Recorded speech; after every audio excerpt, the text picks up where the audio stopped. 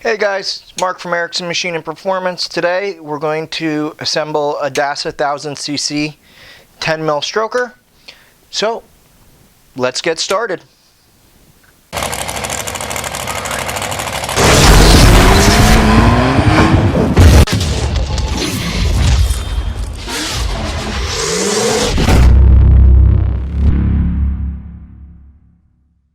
Hey guys.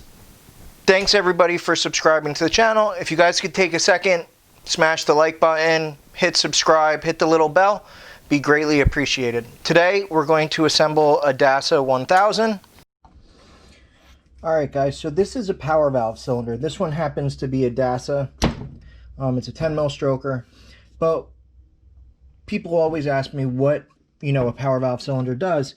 So in basic terms, the exhaust port on a two-stroke, the higher it is, the more top end you're going to get, and the lower it is, the more bottom end you get.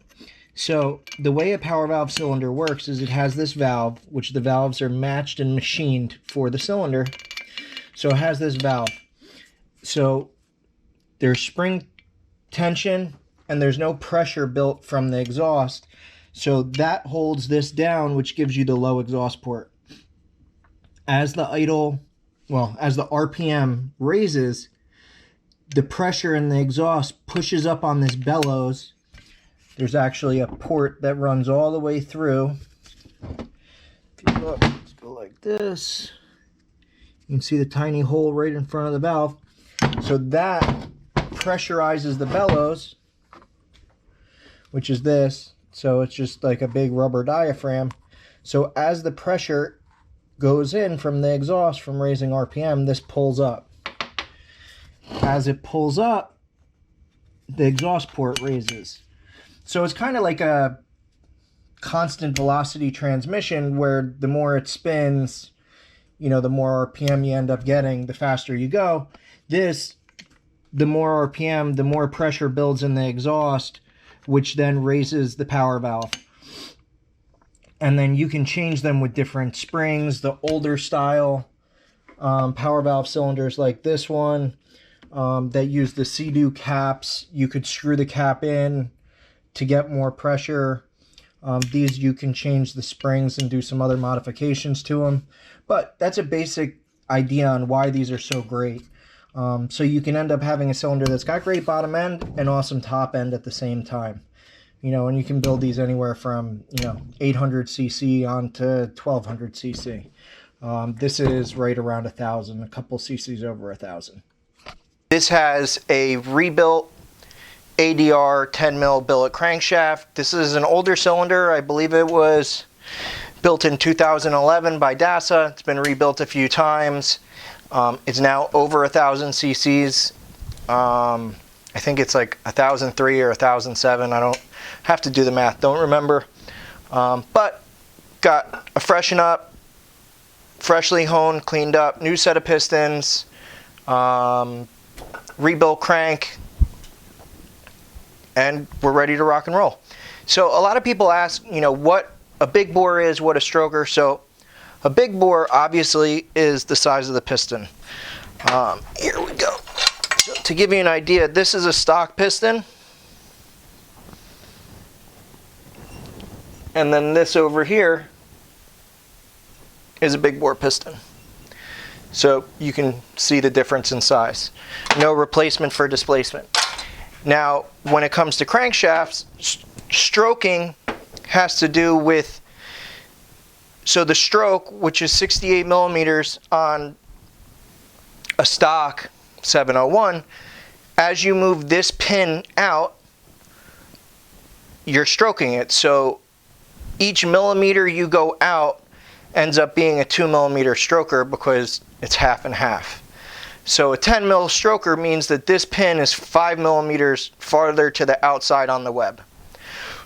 So on the 701s, they offer 4mm, 5mm, 6mm, 8mm, 10mm, 12mm, 16mm, and now the 90, which is a 22mm stroker. So the 16 and 22, you need billet aftermarket cases because you just won't clear. I'll show you when we get to assembling the cases in a second. You basically have to machine all the way through the bottom of the cases to get them to clear. So let's get started.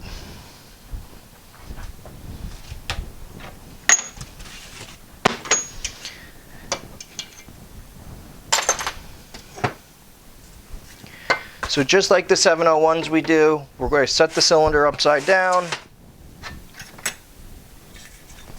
set the cases, which gives us a nice spot for everything to rest. We're going to use the assembly goo on the seals that you've seen in some of my other videos.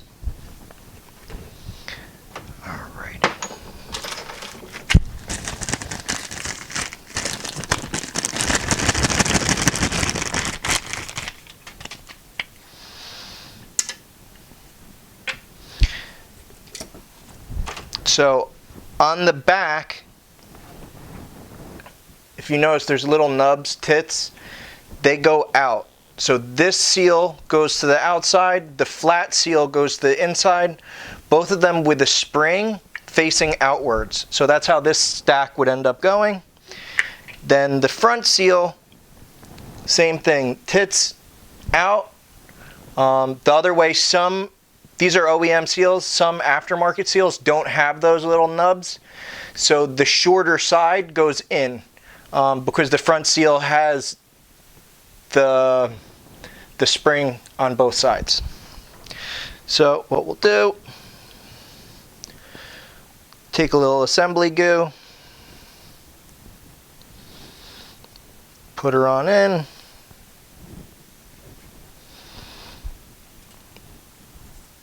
Now on the middle, well, the inside seal, I put assembly goo in between them. This keeps the seal from overheating. So, and I pack a good amount in. You don't have to go crazy. So then I stack the seal on top of it. And I just do the inside just like the bottom.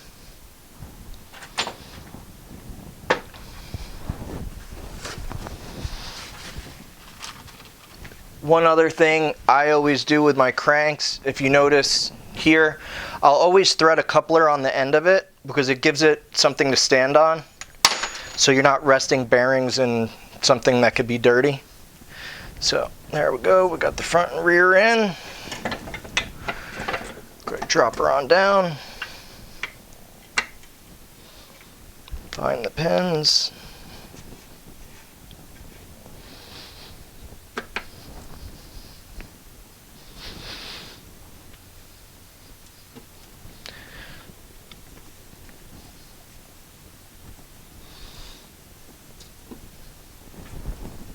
Come on.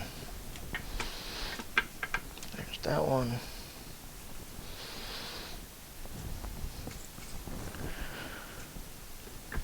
There we go. So this crank is an ADR crank. I had it rebuilt by Competitive Crankshaft, who's the owner of ADR as well. And he does a phenomenal job on rebuilding cranks. So they really are like a work of art when he's done with them. So if you guys need cranks rebuilt, one, you can call me up. I'll get it done for you. Or feel free to hit Jeff up. He's an awesome guy. He's been around forever. And he builds a hell of a two-stroke crank. A lot of shops like me, I'll rebuild single cranks, but in general, twins, if you don't do this crank work every day, it's the same, you know, on four-stroke stuff. A lot of times there's crank shops and then engine shops, and the two kind of don't mix because the work's very different. If you're not doing cranks all the time, it's really hard to make it worthwhile. I can make a lot more money building engines than I can rebuilding cranks, unless I build all the fixtures for each crank, so on and so forth, which is why I don't do it.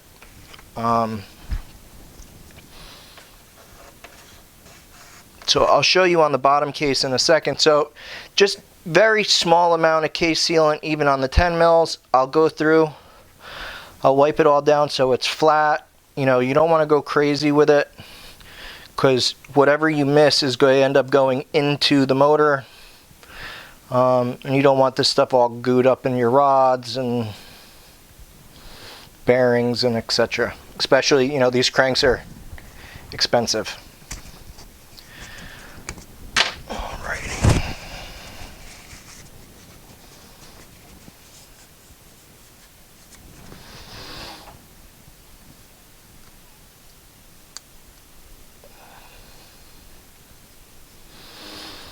So I'm using Honda Bond.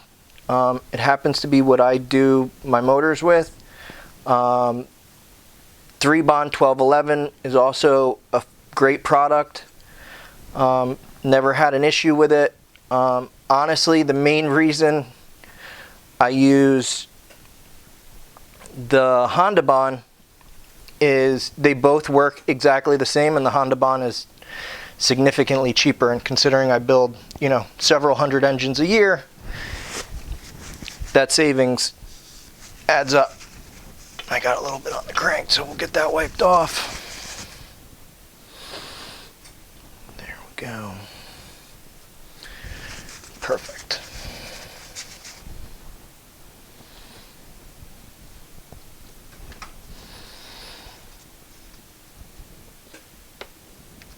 Alright. So now, how I was saying on the 10 mils, if you see, they end up putting a bottom plate, which is drilled and tapped on. They fill it with epoxy, and then you basically machine through all the aluminum in the bottom of the case. These are the supports in the case. So it shows you how much meat is removed and how thin in certain areas it gets. So, but, you know, I've been building these things since, I think the first one I built was in 2007. And this one was built in 2008, and it's still never had an issue with it. So as long as they're built right, you're good to go. There we go.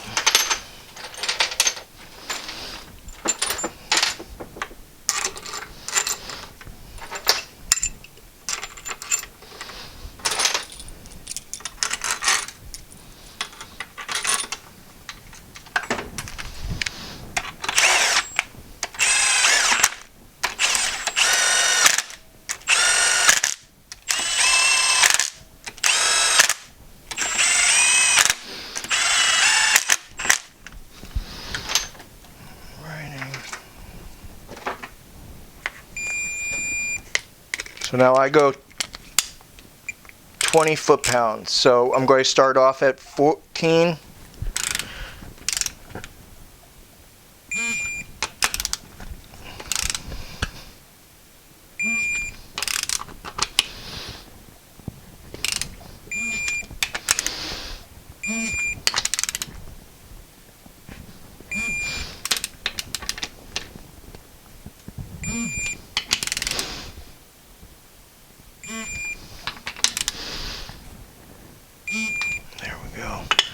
Now, always when you start torquing cases, you want to rotate this over and make sure everything rotates smoothly.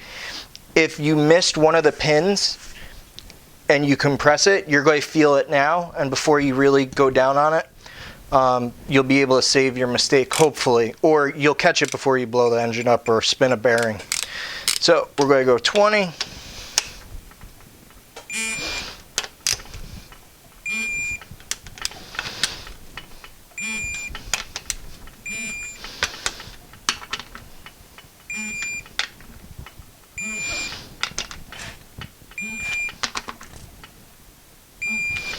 I'm just going to double click.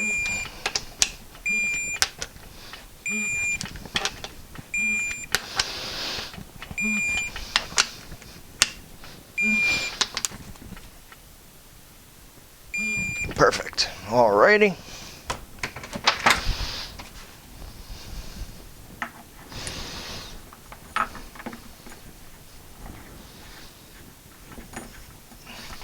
Yeah. Wrong one.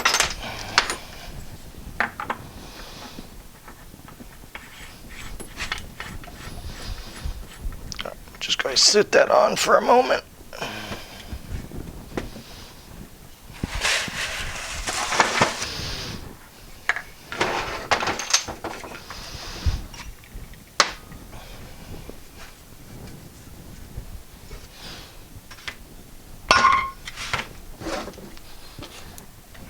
There we go. Set all this over, get everything out of the way. All right.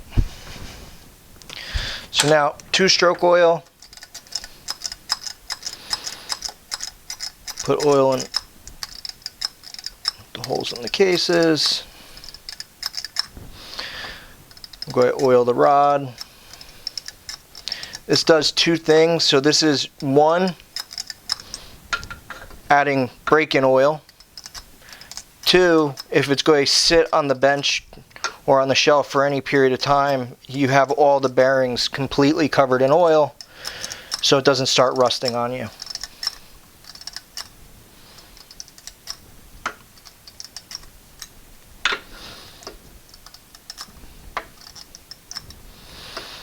Alrighty.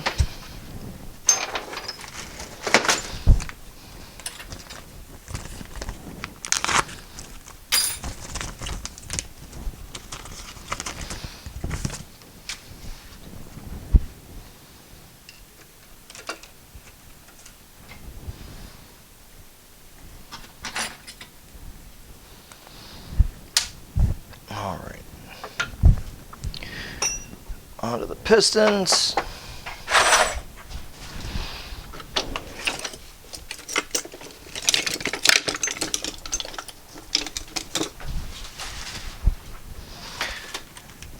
So the way I set up my pistons is I set them down.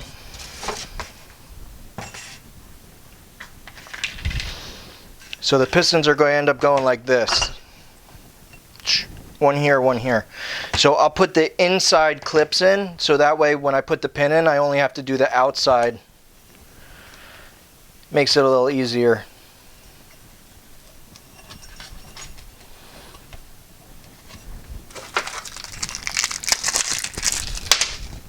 Good Lord, I'm clumsy today.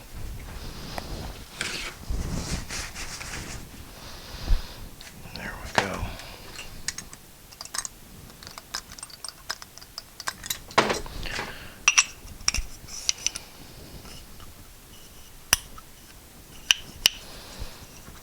There we go.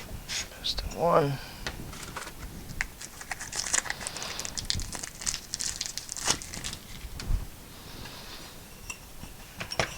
This one.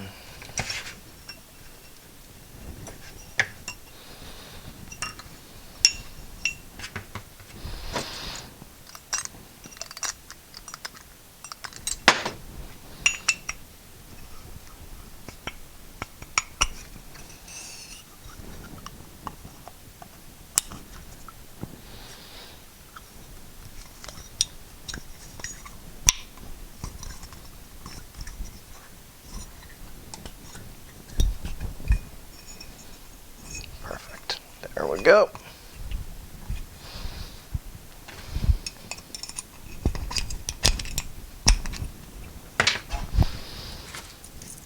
Bearings.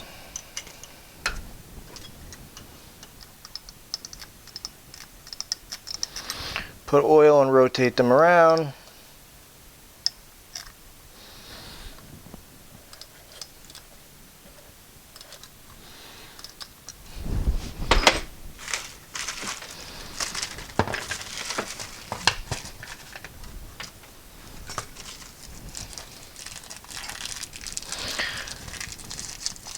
Last 2 clips out.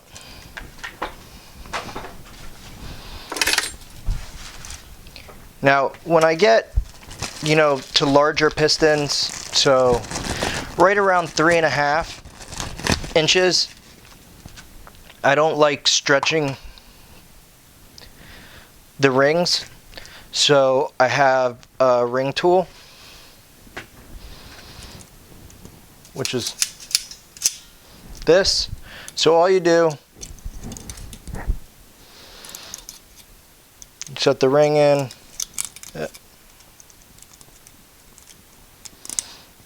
And it opens it for you. Let me put oil first.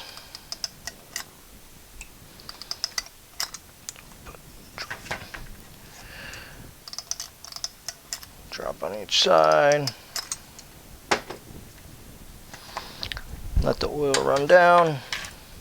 All right.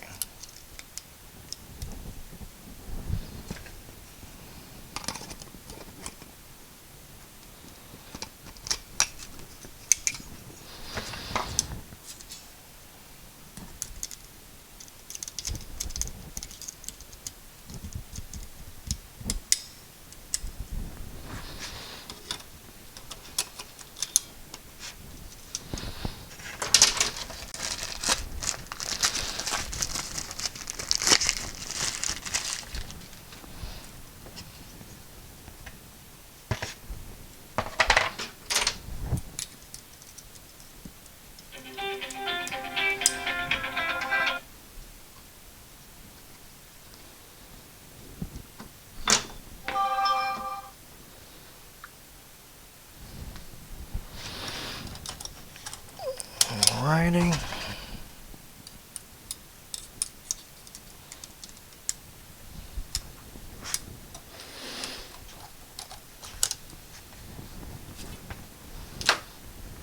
There we go. Both are in, both are good.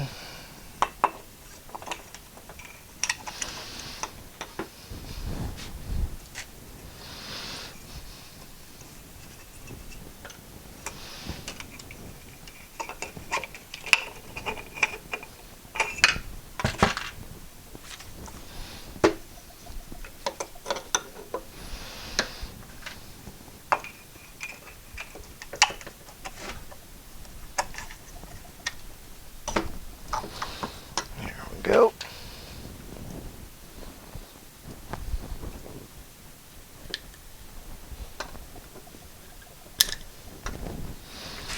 Clip one.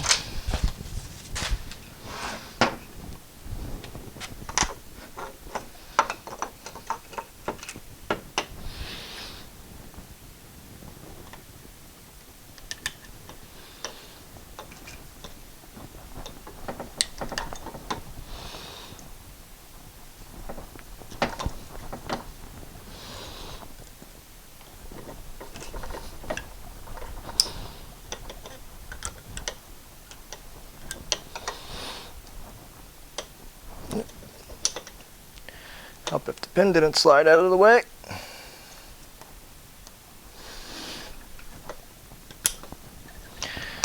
There we go, nice and good.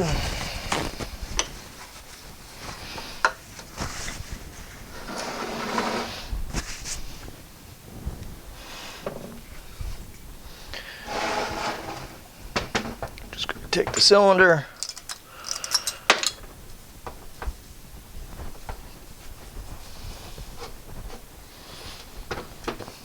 Put a light coat of 2-stroke oil.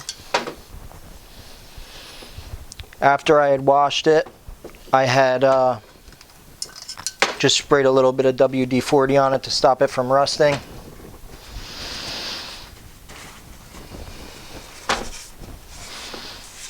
So after you wash them, I have a whole video on washing them. You don't want to just let it sit dry or else it's going to end up rusting on you. Right, pins are in, so this pin, that pin, perfect.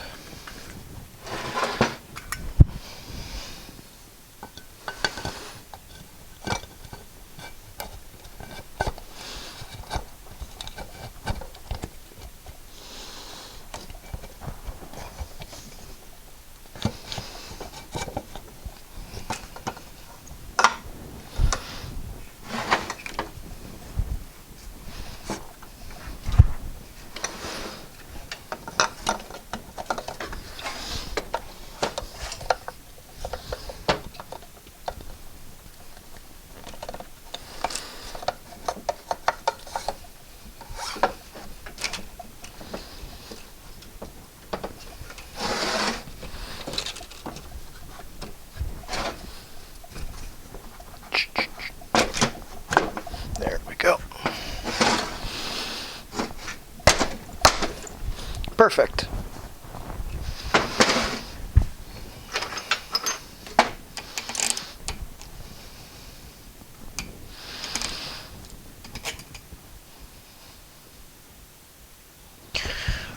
Alrighty, let's put the case bolts in.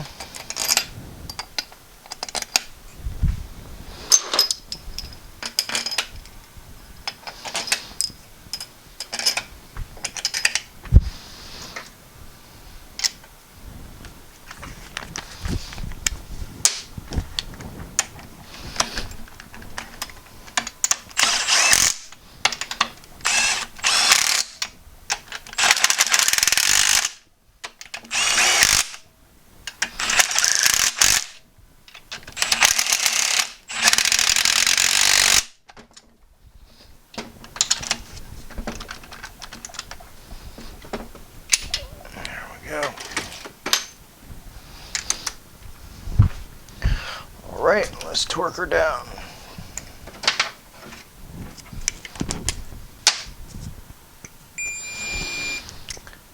So this is going to be torqued at 30, but we're going to start 20 first.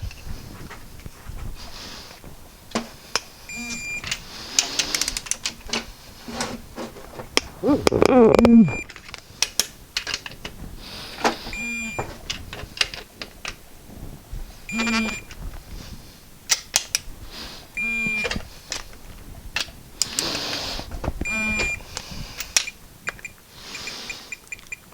go up to 30.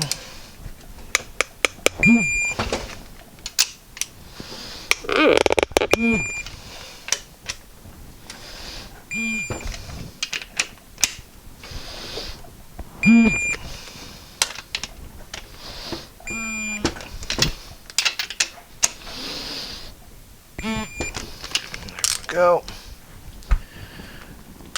Perfect.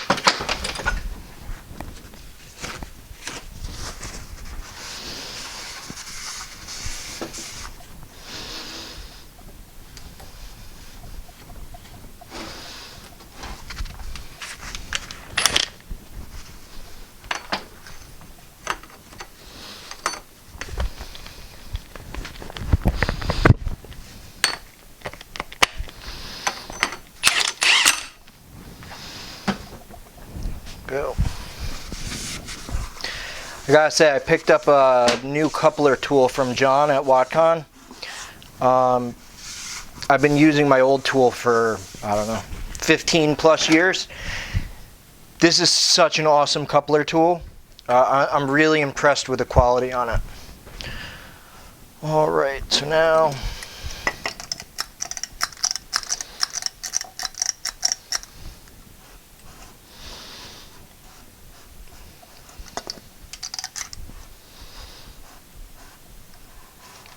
coat.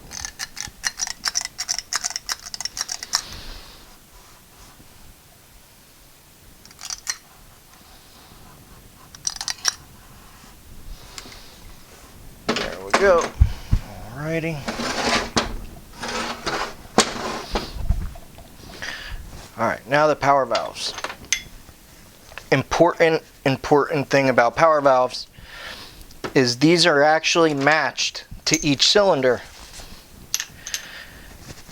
So power valves get ground on here to match the roof of the exhaust port, and then they're bored to match the bore size. So you actually bore these 1/2 mil larger than the bore. So you'll normally see cylinder 1, cylinder 2, so they have to stay in the proper hole. And then when you put them in, to make sure you have them in the right direction, push them all the way up, see that they feel flat. If they feel flat, they're in the right way, and then look on the inside. So, but super important that it's right. Also, when you put the motor together, you know, rotate it over, make sure it doesn't look like the ring's about to snag on it, because that is catastrophic if and when that does happen.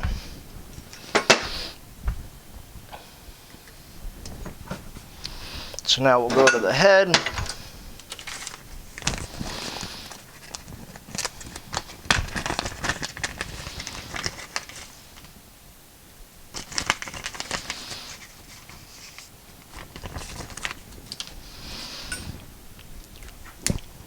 Use a little bit of our assembly goo.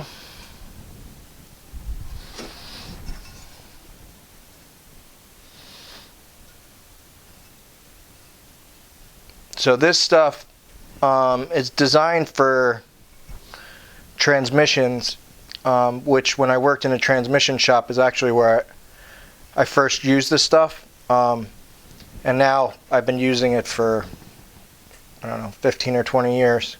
Maybe longer than that, actually. And for O-rings and seals, there's nothing better. And as I said, you know, this stuff is designed for O-rings where, you know, normal grease is just grease.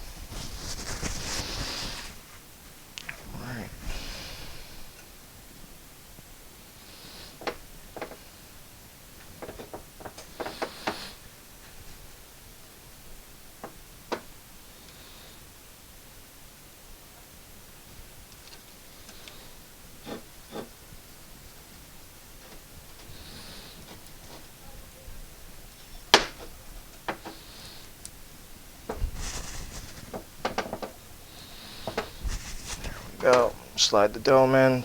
There's the O-ring on the bottom.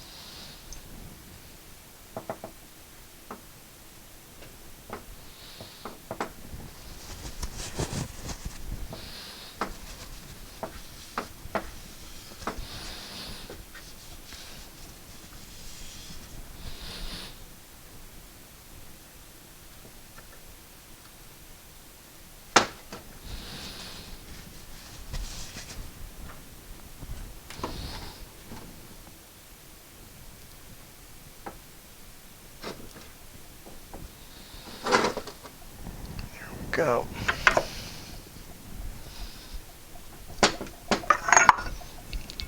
Something popped.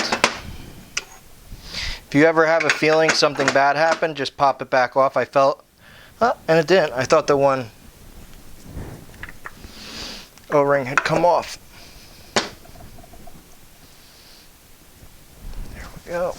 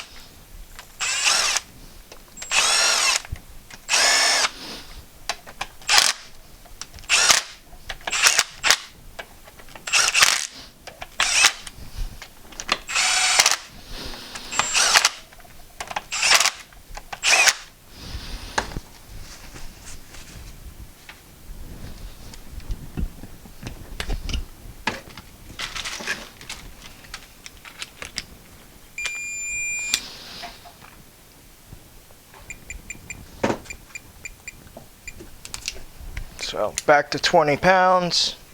So we're going to start off at 15 first.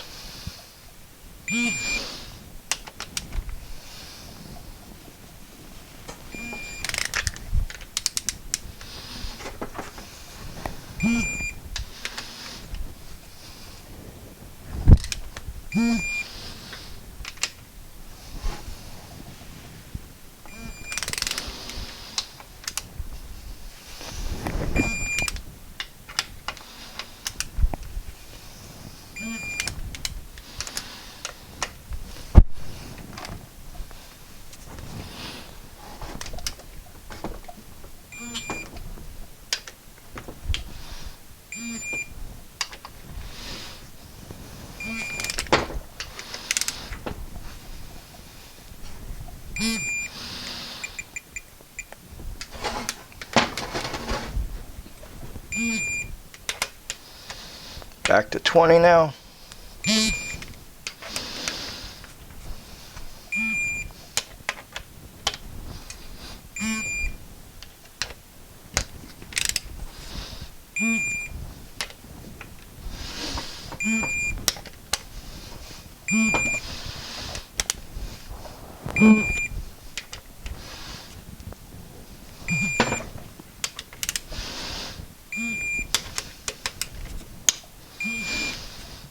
Alright, I'm just going to go back and double check everything. Let's just start at this end.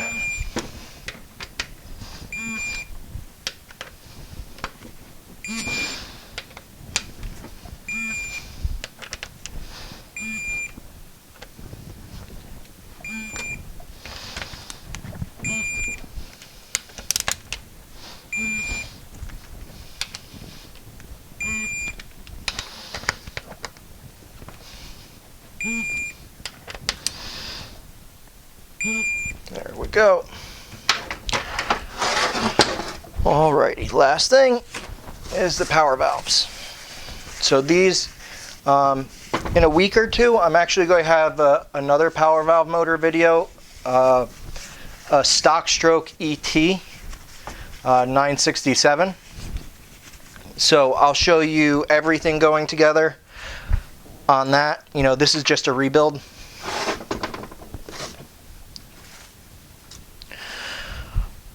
Alrighty, so clean the cap off. So put the spring in, then you want to make sure the hole is in the bottom. Gasket, slide her down.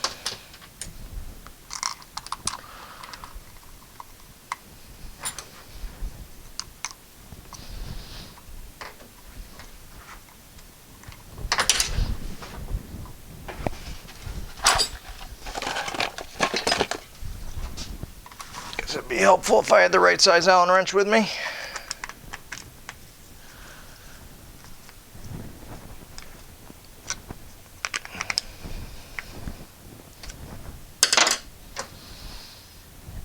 Same over here. Hold down.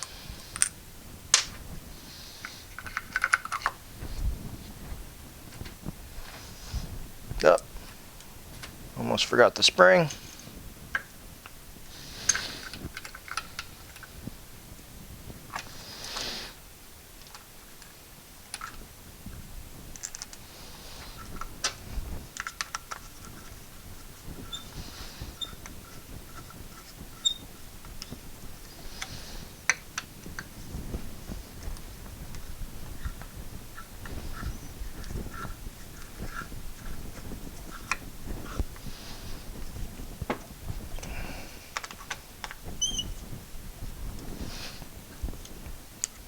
Down, and then all that's left is connecting the power valve to the bellows, which is what this screw does.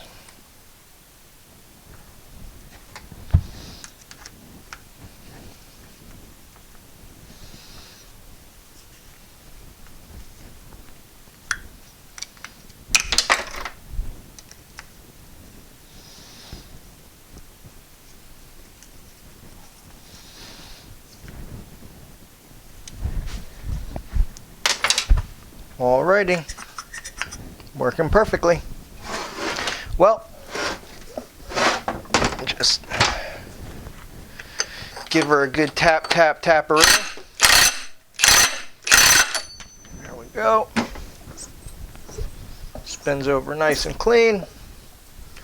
So, as always, guys, thanks a lot for watching. Please, if you take a second, like the video, subscribe to the channel. Greatly appreciate it. You guys have a good day, and thanks for watching.